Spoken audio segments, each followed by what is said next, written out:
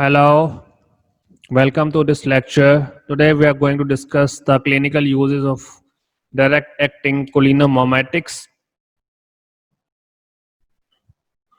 So first, the main use of cholinomimetics is used in the treatment of glaucoma, which is the condition due to a build-up of pressure within the eye caused by inadequate drainage of aqueous humor, and it could be subdivided into open angle or close angle glaucoma.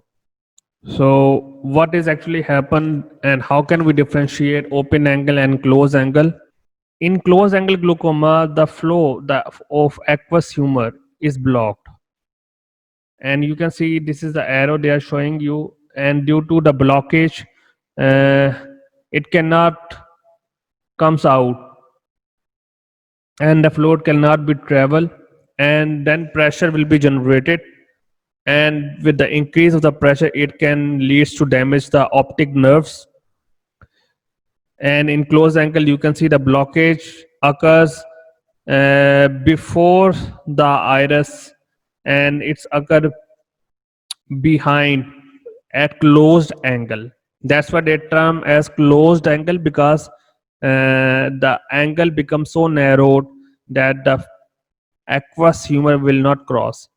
Whereas in the open angle, the fluid can cross the passage from the iris, but it blocks somewhere uh, in the around the cornea, and that is why, because the angle is open but still it blocked around the iris or around this section, then it is termed as open angle. Whereas in the closed angle it unable to cross.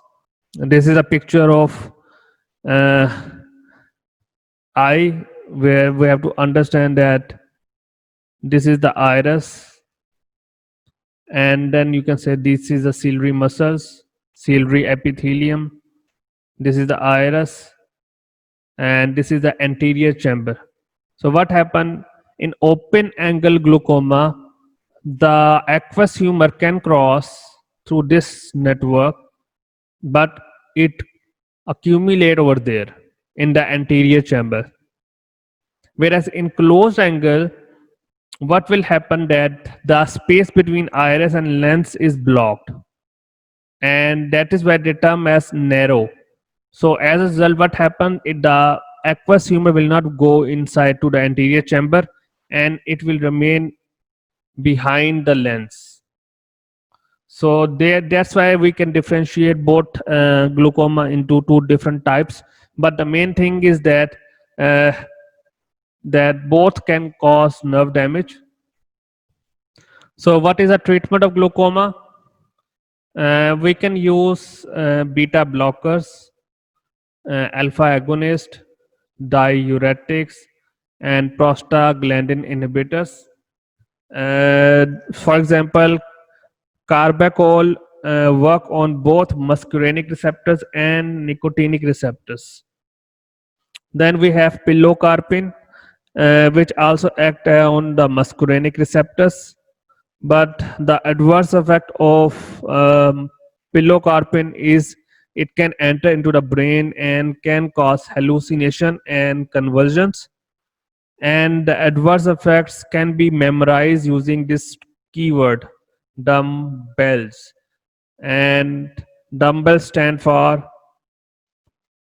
D for diarrhea, U for urination, M for meiosis,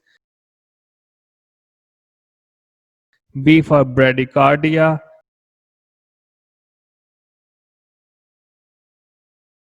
B for bronchoconstriction,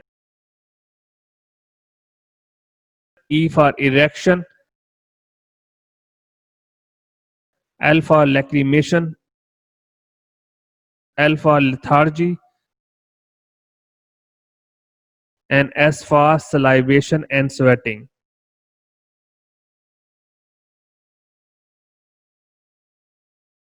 If we combine the first letter of all these side effects, the name become dumbbell. So many students will memorize the adverse effects using these keywords. Then it is used for the treatment of post-operational ileus or urinary retention, and the drug that has been given is uh, benthicol, which can be given orally or subcutaneous, and it stimulate the detrusor muscles of the bladder, increase the intestinal motility, especially after surgery, and important to make sure that there will be no obstruction to GIT or the gut. That will be the key thing. And adverse effects are same. You can memorize dumbbells. So thank you so much for today's lecture. Hope to see you again.